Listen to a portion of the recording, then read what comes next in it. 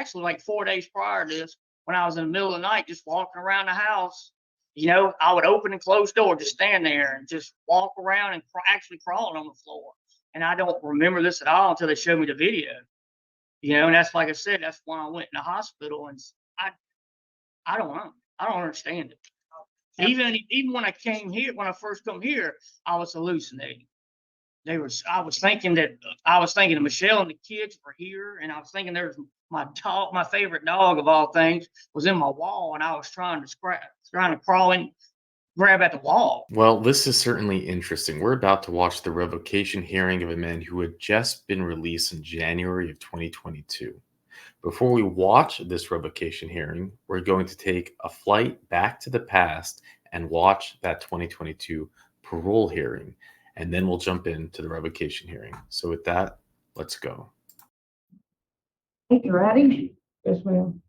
Mr. Sharp, you are classified as a fifth felony offender. You are currently serving an 18-year sentence as a habitual offender for forgery out of Washington Parish.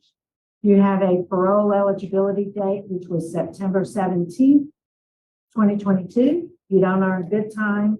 Your full term date is March 18, 2036. Does all that sound correct? Yes, ma'am. All right, Mr. Roche. To remind you, this hearing took place in 2022, and Mr. Roche was still recovering from his stroke, so he's talking at an even slower rate than usual. So I did speed it up 1.5x if you're wondering why things are tweaking out a little bit. Thank you, Madam Chairman. Good afternoon, Mr. Sharp. How are you? Good afternoon. Good afternoon, sir. Madam Chairman, we have before us Bryan Patrick Sharp. He's 38 years old. He has served 6.5 years on an 18-year sentence. He has just been revoked in December of 2021, less than 12 months ago. He was released on error on January 21st, 2022, and he was not reincarcerated until February 28th, 2022. So since he's been revoked, he's only served about 9 or 10 months because he was released for 1 month by mistake. He's a felony offender with 18 adult arrests, mostly for forgery, theft, worthless checks, battery on a police officer, aggravated battery, intoxication, and assault. He has a very extensive criminal history, and he has performed poorly on probation and parole. According to my records, he has not completed any programs, vocational skills, or anything since he's been revoked.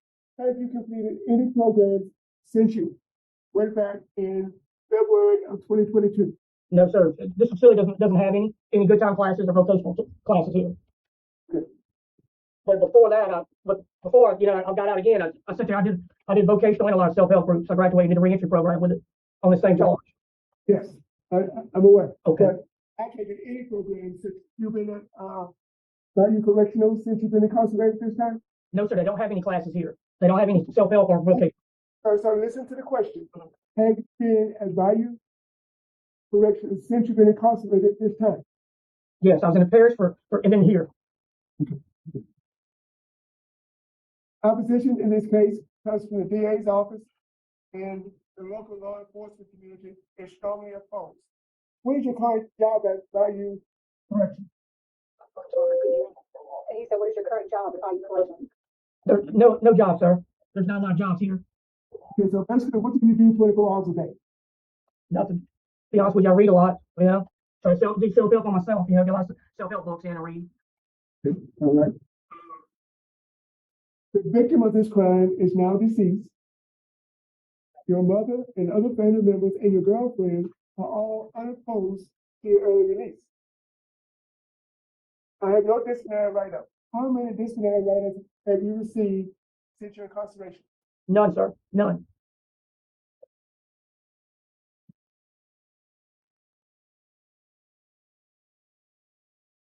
You have a very extensive criminal history. Tell me whether drugs or alcohol played a part in any of your crimes. Yes, sir. All my crimes were drug related.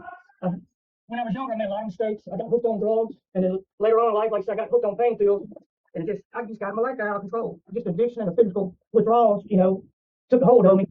At what age did you start using drugs? 18. Have you ever received any form of substance abuse treatment? Yes, sir, I have. When I was young, yes, sir, I have. Where? It's been a couple years ago when I had it. When I went to the reentry program, I went to the drug program there that they have at Camp C. I did that. Before that, on the street, I went to Bowling Green. Okay, yes. Now, I'm gonna call out some courses. Have you taken living and balance before this incarceration? Yes. Celebrate recovery? Yes, sir. So tell me, why were you revoked this time? This time I was revoked. They said it was a dirty urine for crystal meth. And in the meantime with this, I'll be honest with you, I'm a heroin addict. I don't do meth. Opiates has always been my thing. But this thing come up a false positive for meth. And I just, like 2 weeks prior to this, they allowed me to go out of state with my family, bring my kids to the Smoky Mountains.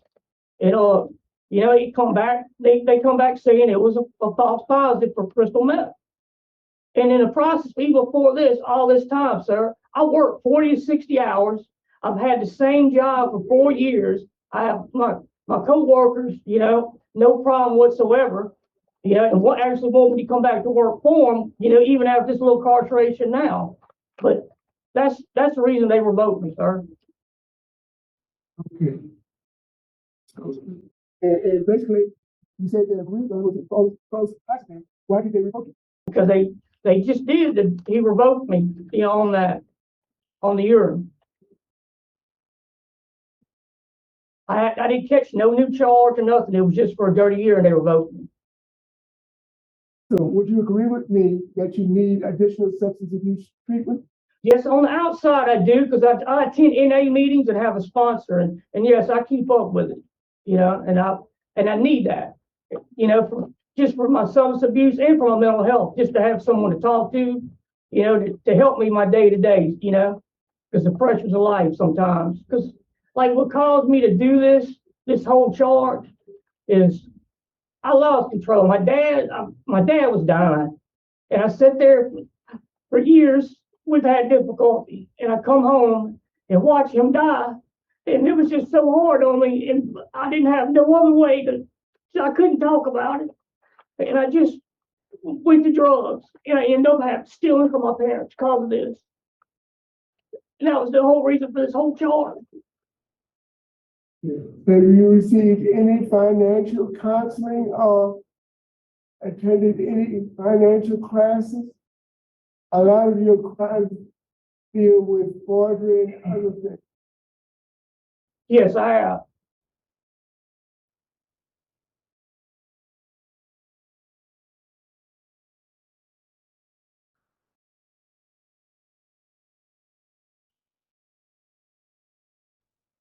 What is your transition plan if and when you're released? My transition plan is I have a job, my same job, waiting on me, go straight, back to work, getting back in my NA groups and be with my family for their support, to help me support and me financial support them, and just go back the way I was doing for the past 4 years. I've been fine. I've been walking the line, doing what they wanted me to do, doing my NA classes, going to self-help classes, and I was doing all that. Paid my fines up. I was like I said, they allowed me to go on vacation to the Smoky Mountains with my children 2 weeks prior to this. And mainly, like I said, it's just I've got a good support system, family wise and work and in my NA group. Now, you have a history of not doing well on supervision. What makes it this time different from the other? This time, because I was younger when all this took place, and I couldn't think because I was on drugs all the time. And now as I got older, I've got kids. My kids are grown. I've got grandkids. I got a grandson I'm raising now, and I want to be better than that. That's what I did the past 4 years, is try to show them that I've changed, And even though you come home with nothing from prison like I didn't have nothing and worked my way up. You know, I had to walk to work, rode a bicycle, work my way up to get a car, get us a nice house, and, you know, give us everything that we needed, and showing them that, you know, this is the way life's supposed to be. Forget about my past. I'm older now. You know, I'm 51 years old. You know, this is not the way I want to live my life. My grandson needs him, because they wanted the best for me, and it took for me to live. Yes, sir. Sharp, Yes, sir. you've been revoked 3 or 4 times. Yes, sir. Yes, sir. Like I said, I was young and just wouldn't, you know, and it was all drug related. You know? So let me read you my notes. Yes, sir. Mr. Sharp has a high risk assessment, telling me that there's a high chance of reoffending. He needs a more rehabilitative program. He has a poor supervision history, an extensive criminal background, a 5th felony offender. You've only been incarcerated for you've only been revoked for less than a year. So tell me why I should vote an individual with all of that information in front of me. The reason why, the reason is, like, the past 4 years should show something too, besides my past. Because for me to working so much, I never really kept a job. You know, when I was younger, I worked offshore some, but this time, like I said, I've been working this same restaurant, same people for 4 years. They know my background. That, you know, it's good.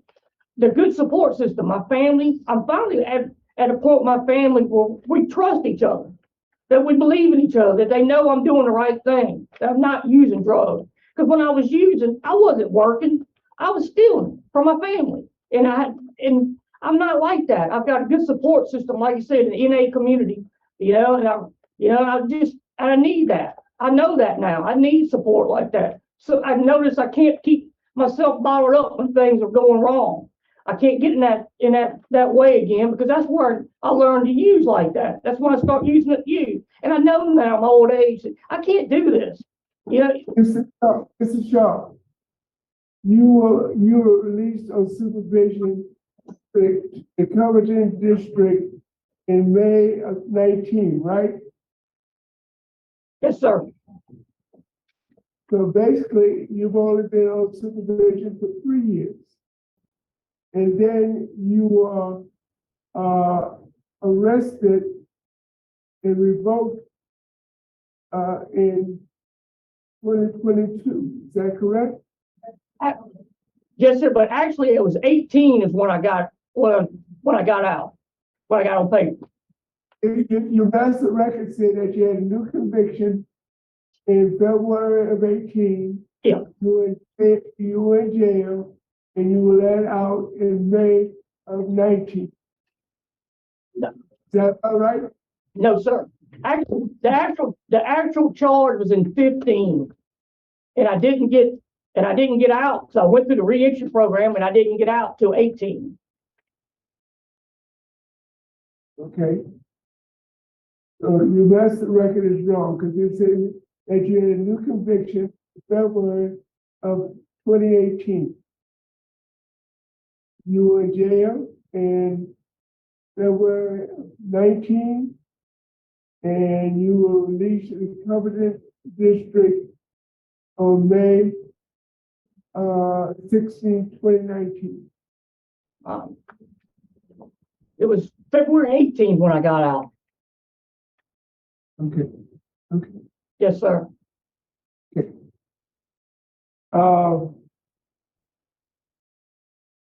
Mr.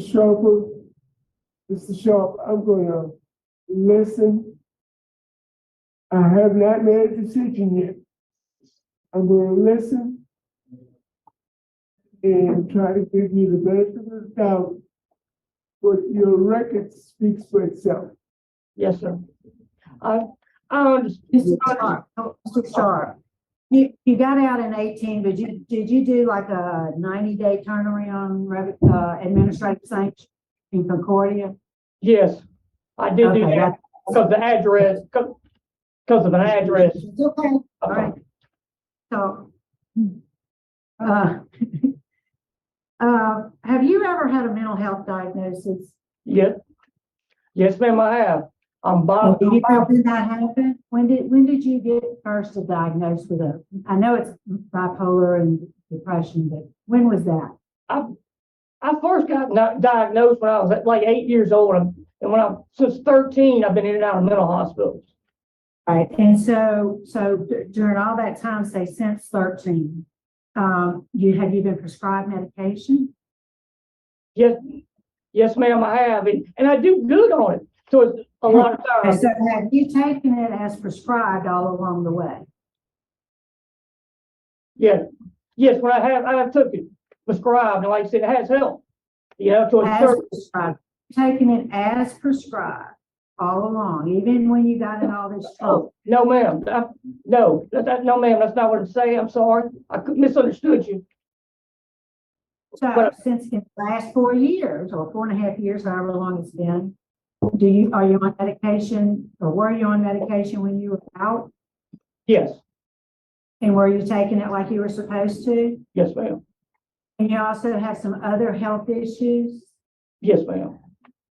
And because I saw some note in here that when you went on the trip to the Smoky Mountains, you had a patch. Yes, ma'am. The reason I think they thought it might have been a false positive had to do with some diabetes medication. Yes, ma'am. I take metformin. Okay, and that would cause a false positive? Yes. That's interesting. I hadn't heard that yet. Yeah,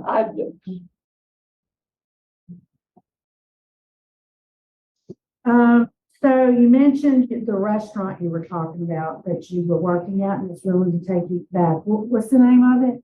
Lake House Where is that? in Mandeville, Louisiana. Oh, okay. What is it that you do at the restaurant? I did everything from washing dishes to prepping and cooking.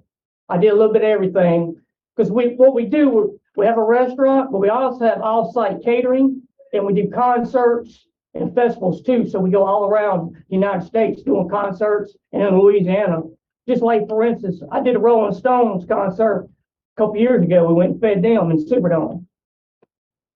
Wow. Yes, That's probably not a good place for you to be yes, ma'am. with your issues. I think I saw them. Did they have damage from the storm? Yes, we have damage from the storm. Yes, they have that, but there's 2 off-site places that we do weddings and catering from. Okay, I just said that I'm familiar with the place. So I tell you what, we're going to hear from, well, first, let me ask the corporal or the booking officer, either one of those. Do y'all have anything to add about Mr. Sharp? Are they still with you in the room? Yes, ma'am. Yes, ma'am, I'm here. Mr. Sharp has not been a problem. He's been in our Foxtrot dorm since he's been here. We have had no write-ups or issues with him. Okay, great. Good to hear. Thank you, ma'am. You're So welcome. we'll hear from folks that want to speak. Your sister and brother-in-law want to speak, Ms. Lisa and Mr. Eric. I'll let y'all decide who's going to go first.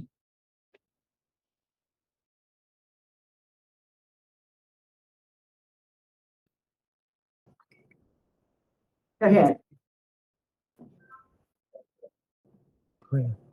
Okay. Hi, I'm Brian's sister, Lisa. I'm listening to him and he's telling you the truth from his heart. I mean, I have witnessed what all he's been through, starting from a young child, dealing with bipolar issues, the bad choices, all the things that have happened. And what's happened over the last few years is different from anything else that's ever happened. He has begun to work and work hard, and he has gained favor with his employers. He's has a family now that he loves and that he takes care of. And I think in a way, after our parents died, it was the first time that he really had to stand on his own 2 feet. And, when he first got out of prison, I didn't know if he was going to make it.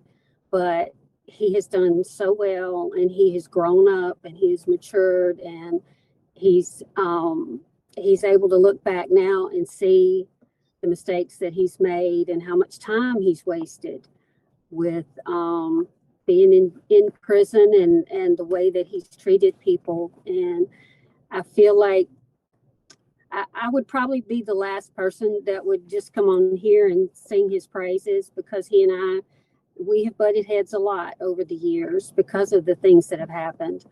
But I truly, truly see a change in him.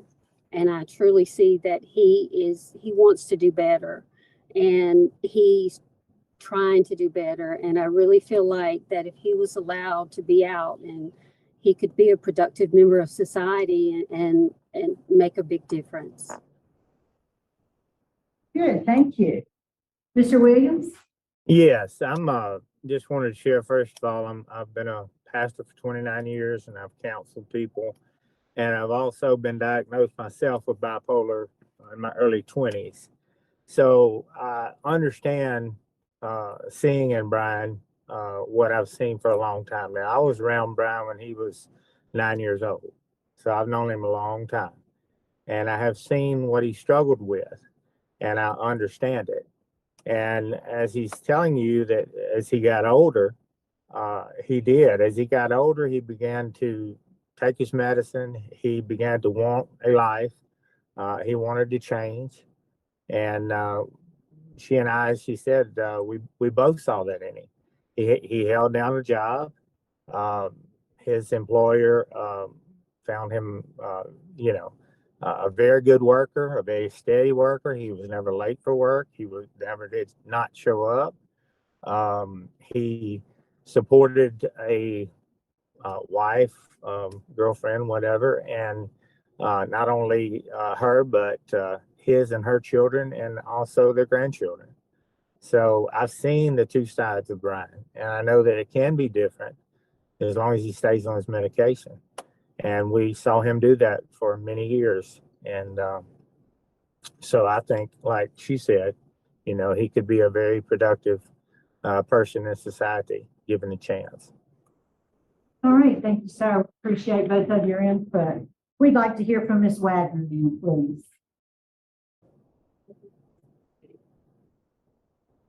You have to be on mute. Can you unmute? Can you hear me now? There you go. Yes, ma'am. Hi.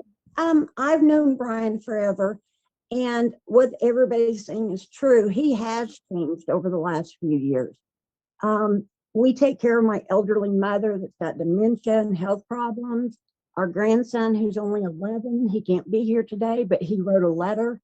Like I had 6 letters of recommendation from his boss and coworkers. He's got his old job or multiple jobs if he comes home.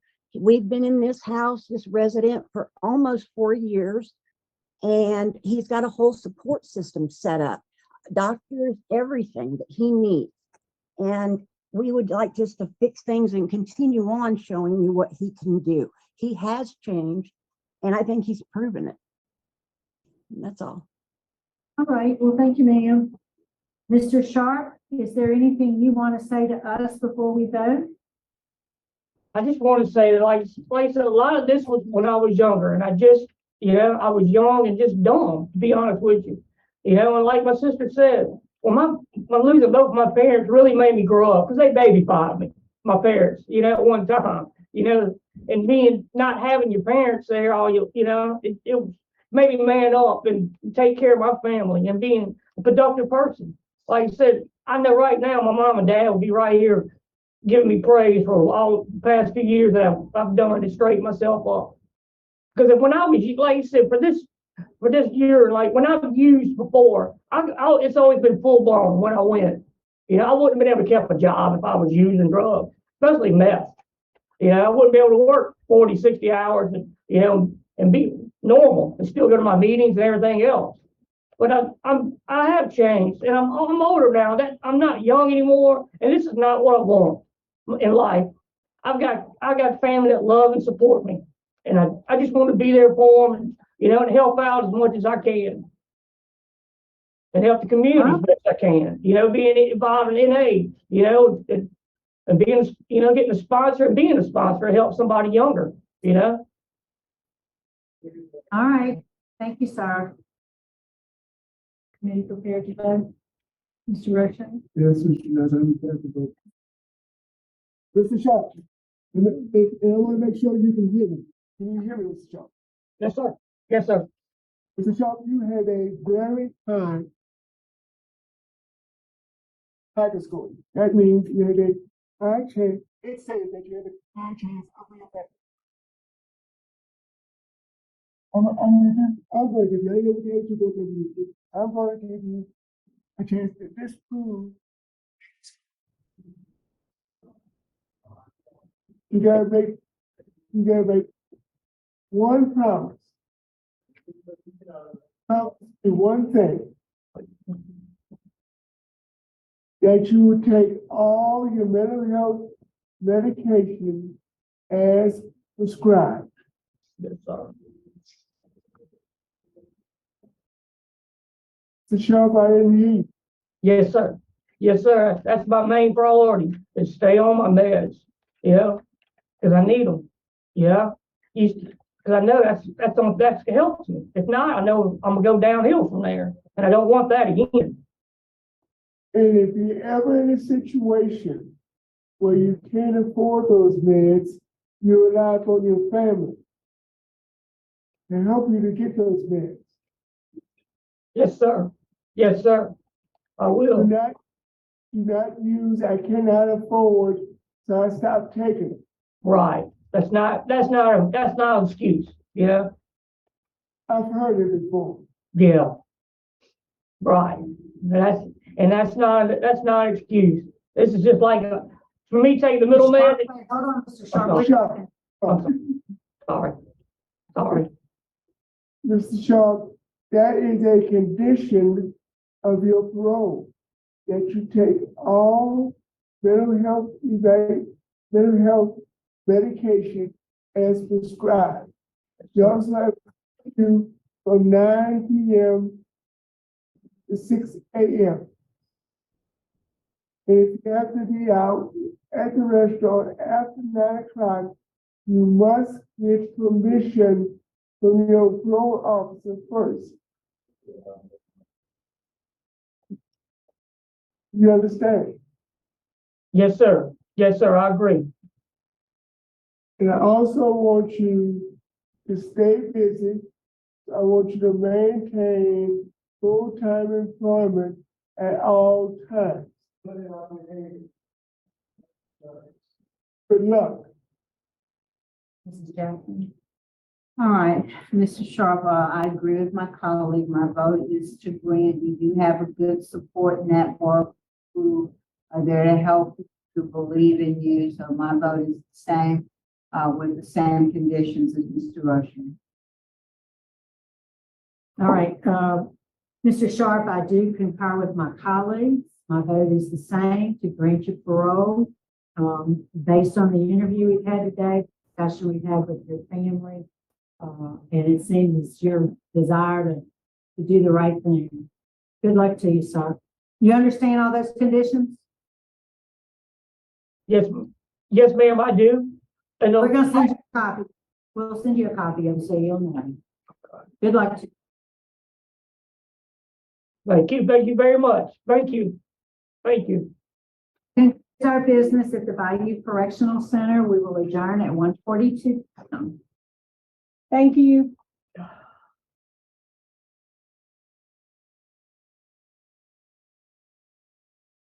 Words of wisdom spoken by the one and only Mr. Roche. Let's see his reason for getting off his meds and landing back in jail. Let's jump in. Mr. Sharp, you're accused of violating the conditions of your parole, specifically number 4.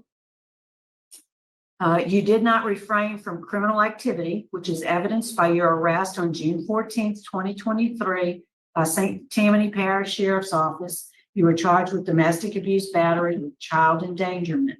On January 22nd of this year, 2024, you pled to a lesser charge of disturbing the peace. How do you plead, guilty or not guilty? Guilty.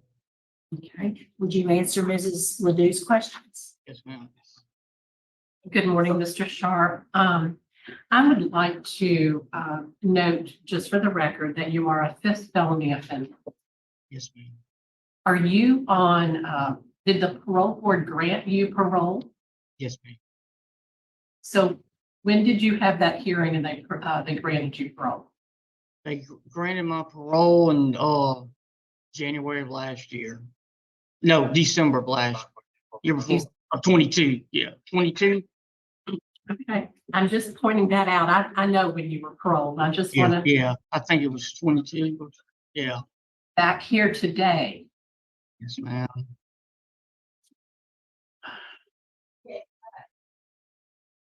You know, that doesn't look good. I know, ma'am. And I was having a rough go, to be honest with you, because y'all know about my mental health background. And I've tried, it took me almost 3 months to get an appointment. And I ended up having to put myself in a hospital for 2 weeks to try to get some meds. And I was just being off those meds for so long, I didn't realize how bad my mental health got without them. And I was trying to work, and it was just taking a toll on me. So when you were released, were you given a prescription when you were released from DOC custody for your meds? They gave me like a 2-week supply. That was it. When I left the prison I was at, detention center I was at, that's all I had was 2 weeks. And they didn't set up an appointment for you to have mental health appointment right away? Yeah, it was set up, but it was like 2 months away because they were so backed up for the state place I was going to. Okay.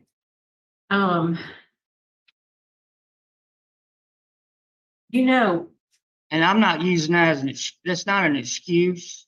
It's just, to be honest with you, I didn't realize how bad it's gotten without the meds. so, but you did put your hands on is it now wife or is it still girlfriend? No, we never got married. Okay, so you were pretty violent towards your girlfriend. To be honest with you, I don't remember a lot of it, but they said I said a lot of awful things, and we got in an argument over bills because I come home and just went straight to work, and just things were just piling up, and I just wasn't mentally equipped for everything. Yeah. So have you taken any kind of anger management, or what other skills did you acquire in prison to help you be on the street? I took Cage of Rage. I took parenting classes on that, and I've learned some self-help groups with my anxiety, and to help me when I'm, getting at a point of, I know something's not right, in my head, doing certain exercises. So you were picked up around June, right? 14th, that's when you were detained. Yes, ma'am. So have you seen a mental health professional while you've been incarcerated this time? Yes, while I'm here, and I'm back on my meds and everything now on here. And I feel a lot better because at one point the kids even videoed me just walking around in the middle of the night. I don't even remember this, like hallucinating. I was crawling on the floor and banging on the doors and just talking. And I don't even remember this. They videoed it. I don't even remember that. That's why I checked myself in a facility for 2 weeks, because I knew something was not right. Can you, do you feel comfortable divulging what your diagnosis is? Yes, ma'am. What is your diagnosis? PTSD, dual personality, anxiety.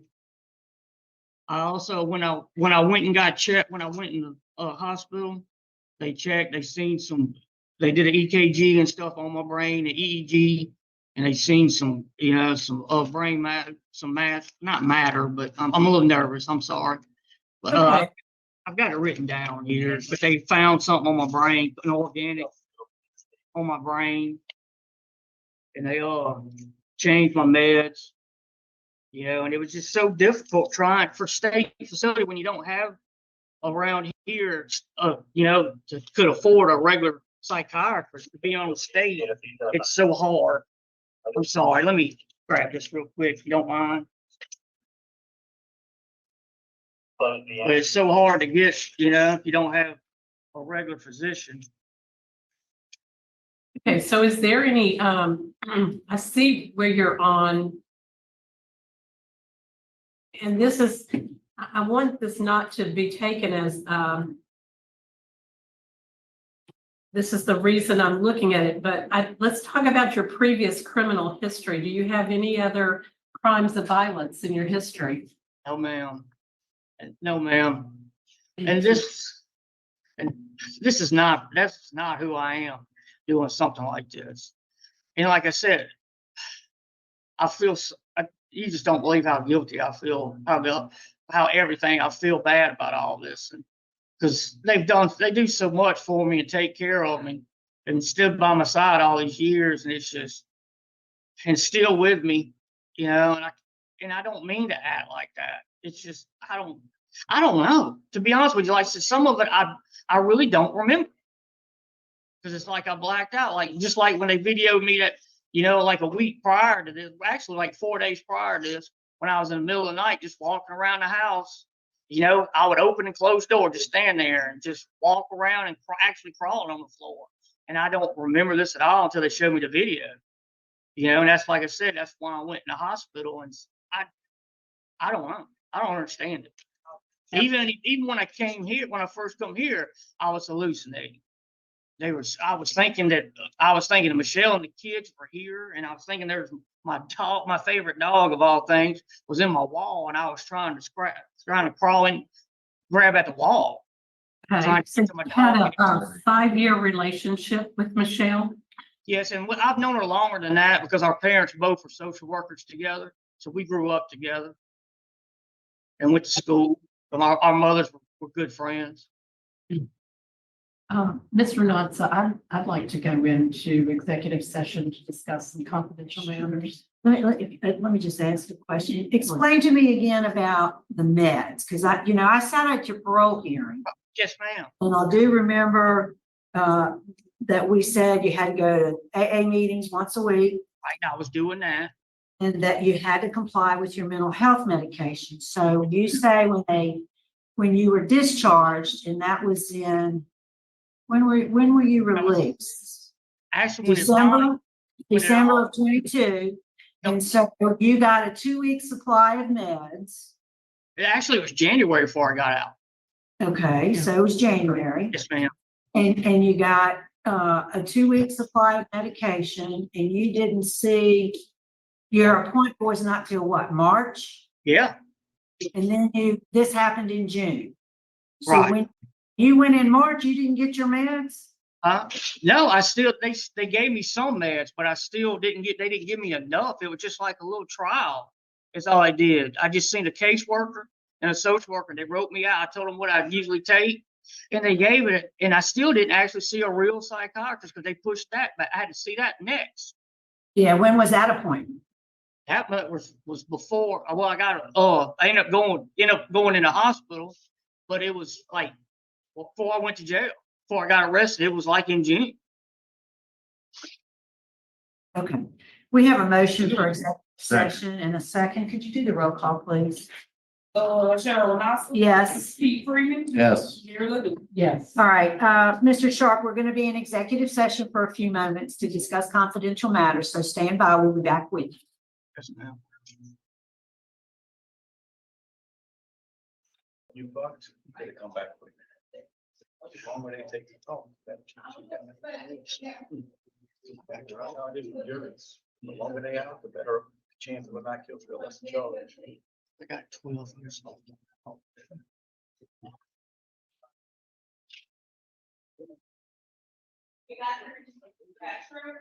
My family's not very happy. You what? I said, my family's not very happy. They do let you go. Get to help you evening.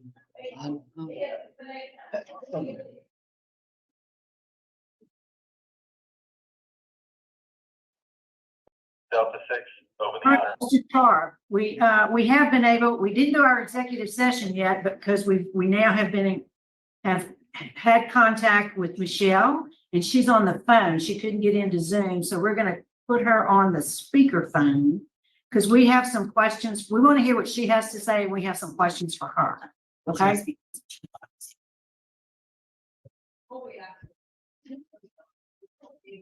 All right, Ms. Wagner, can you hear us?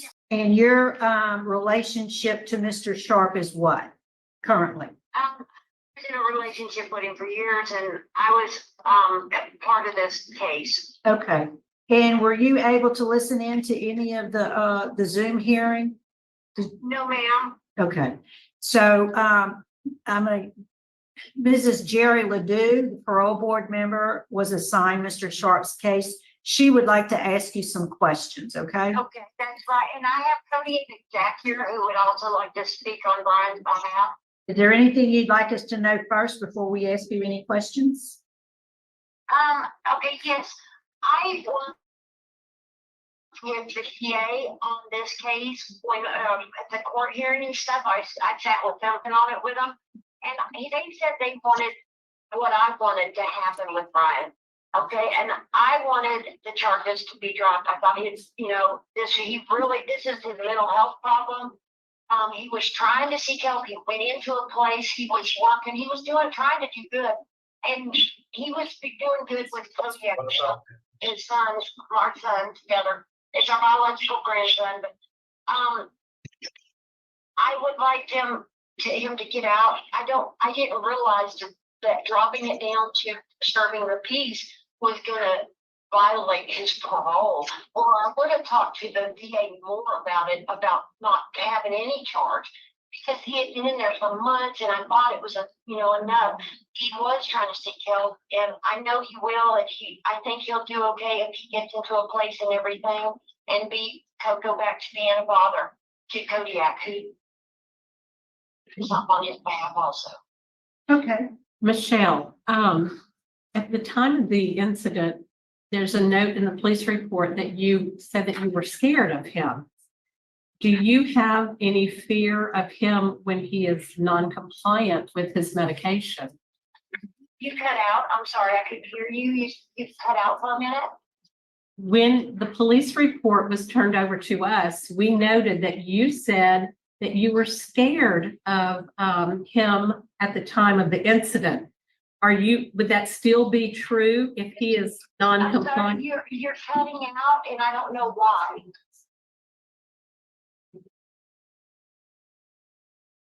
We're gonna try it one more time. Are you afraid of Mr. Sharp when he's not taking his medicine? Let me move or something. Can you hear? Ma'am, you're cutting out. I can't hear you. Are you afraid of Mr. Sharp when he is not taking his medication? No, ma'am. I also put a protection order. I'm trying to get it dropped, but I haven't heard back from the DA about it. I didn't realize it was going to interfere with the relationship with Kodiak and stuff when I stated all that. I didn't actually state I was afraid of him.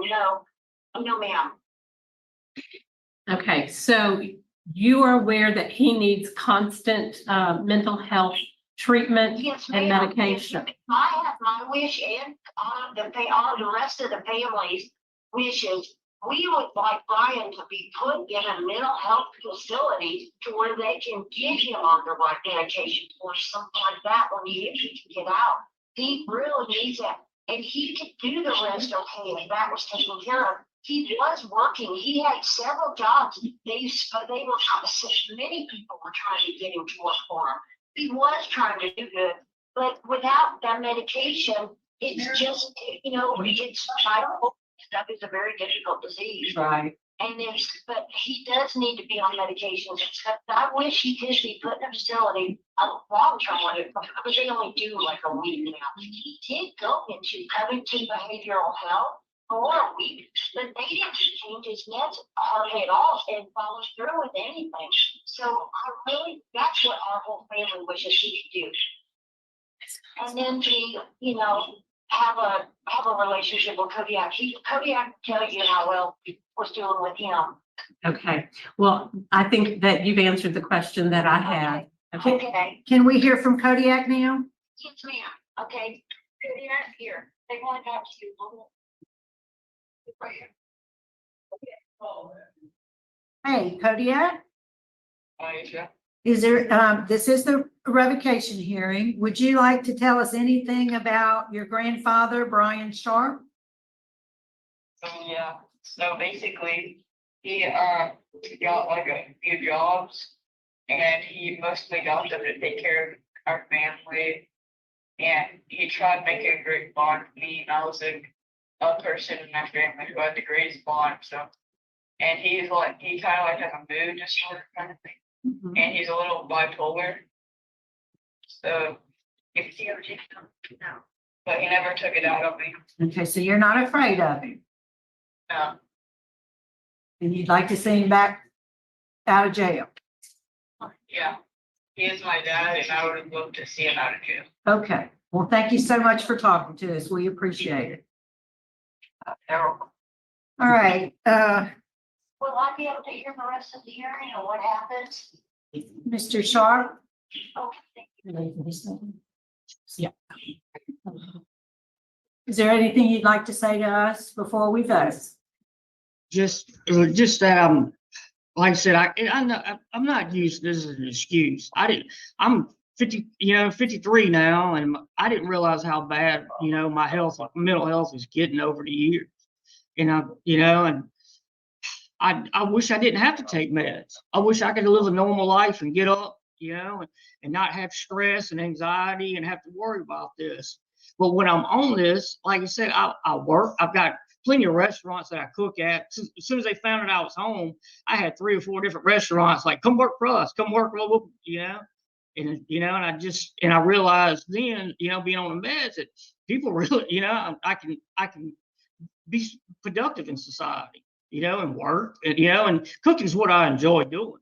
I finally, in my old age, I enjoy doing that even at home for Coda. I've taught Coda how to cook and everything, and he's making me breakfast sometimes in the mornings, and that was our little thing. And he's my little man, even though he's my grandson. He's like, we've had him since he was a little baby, and that's my boy. I would never do anything to hurt him, and I just want to be there for him and not let him go through the same things I go through, and just have a most normal life for him. Mr. Sharp, you realize now that you'll have to do the medication probably likely for the rest of your life, and that you have to stay current with it. Yes, ma'am. I think we're ready to vote. Mrs. Ledoux? Mr. Sharp, the best way to help you right now is for us to recommit you to DOC custody in a facility with mental health evaluation and treatment for a period of 6 months. And when you have that 6-month treatment, they want to get you on the right medication and then make sure that you have an appointment within 2 weeks of you getting back on the street. So there's no lapse in your treatment. Right. Don't be discouraged. 6 months is not going to be a long time for you to be educated about how to take care of yourself, to get a good relationship with a provider outside so that you don't have to go and check yourself into a hospital. We want to see that continuity. Do you understand? This is not a punishment. This is here to help you. I understand. Trust me, I understand. And and I know you're disappointed, but that is my vote today. Mr. Freeman? Okay, Mr. Sharp. Well, first off, you have a fine family. Yes. Your grandson does need you.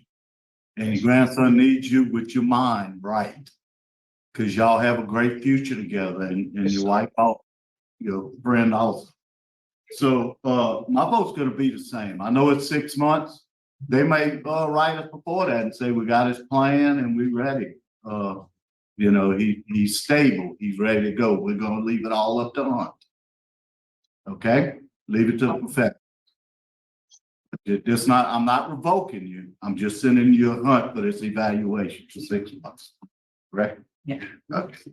All right, and I agree, Mr. Sharp, with everything my colleagues have said. We want to get you stable and get your plan and get your appointment set up so you can go have a good life with Kodiak.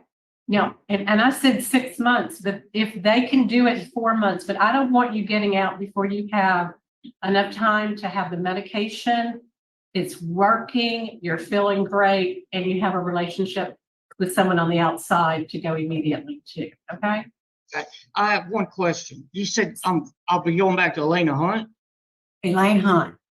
What I mean, I'll be going back as a regular inmate, just seeking mental health, or how would that work?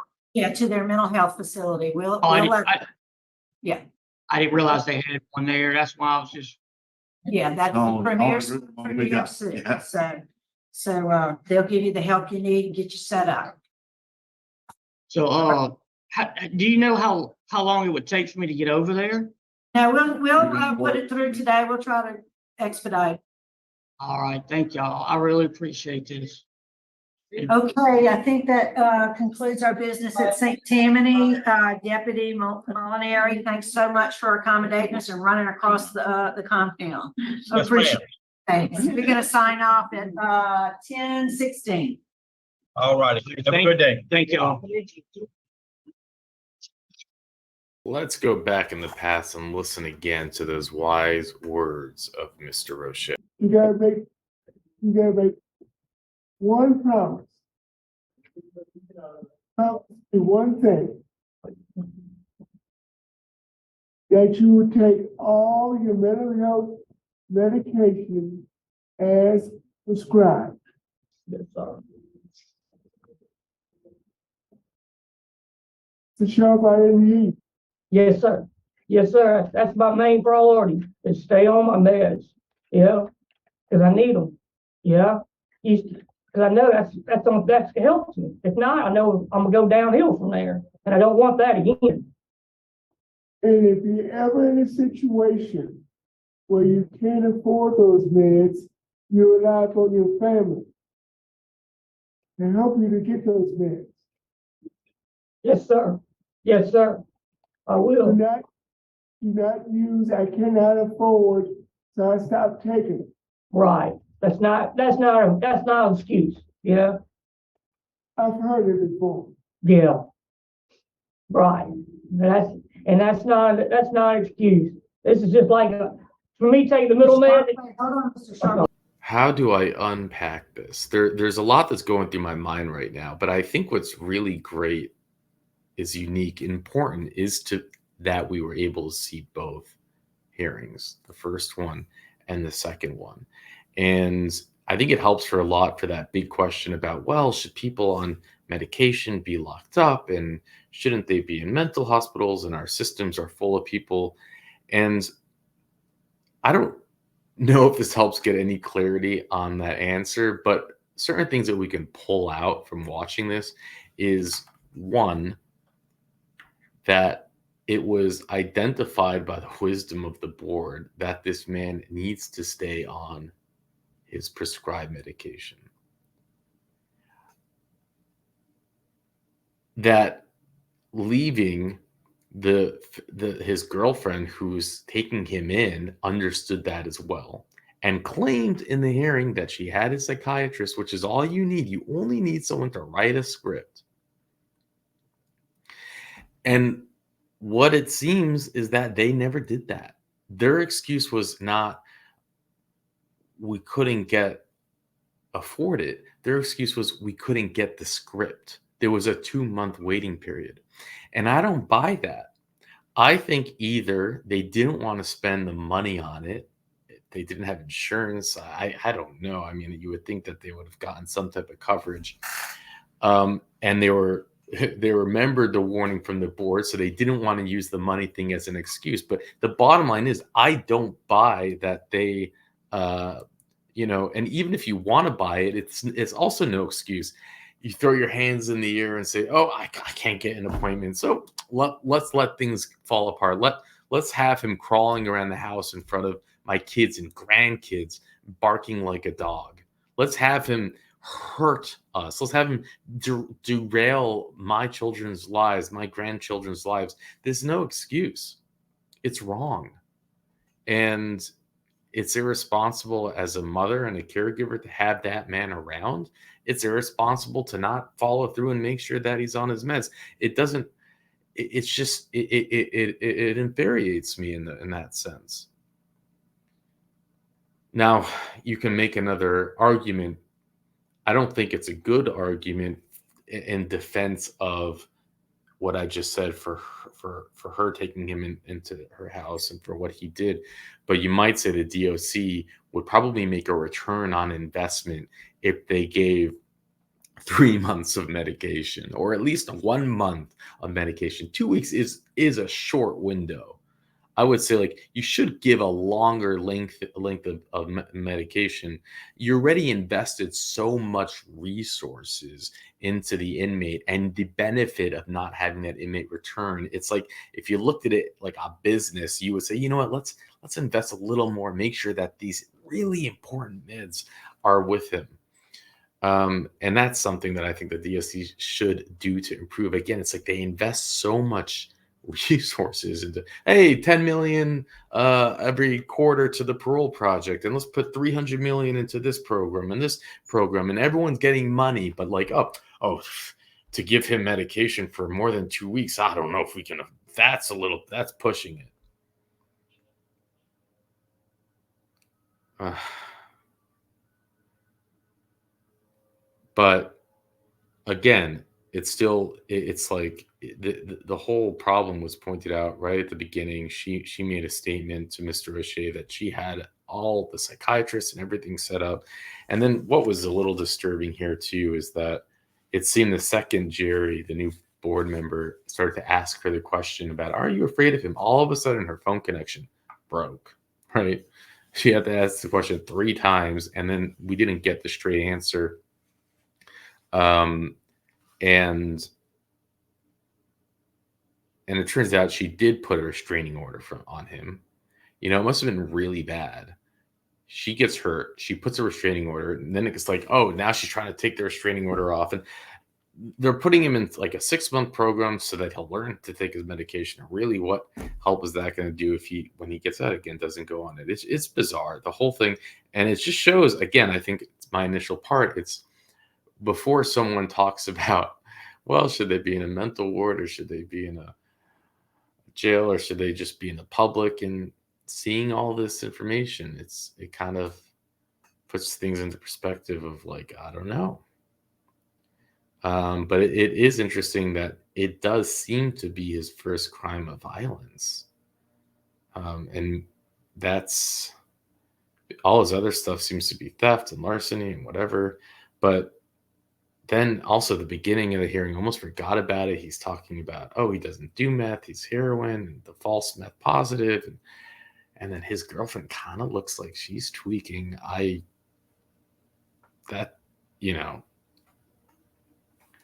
Some people, I don't want to say that exactly, because maybe it's just her mannerisms, but it does make you wonder. But she has stayed out of jail, it seems, at least from what we've seen.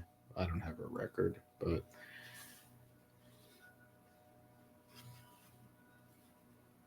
you think we're going to see him again? His full term date is 2036. That's what he was telling the guard in the hot mic moment. And at least in that hot mic moment, you saw I do think he feels genuinely bad, but I just can't get over the fact of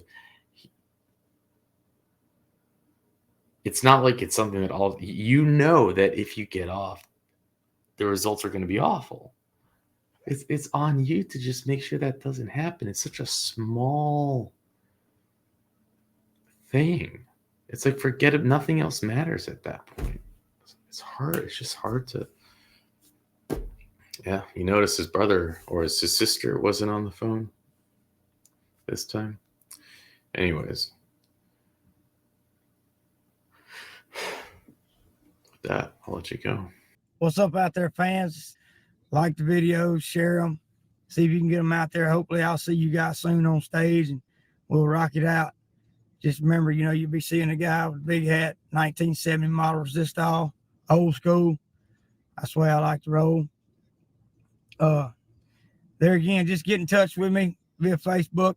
There again, I can't get in touch with, you know, I can't return everybody's message, so please be patient. But it does help me. It does give me the drive to keep going and make my fans happy, because that's what I want to do.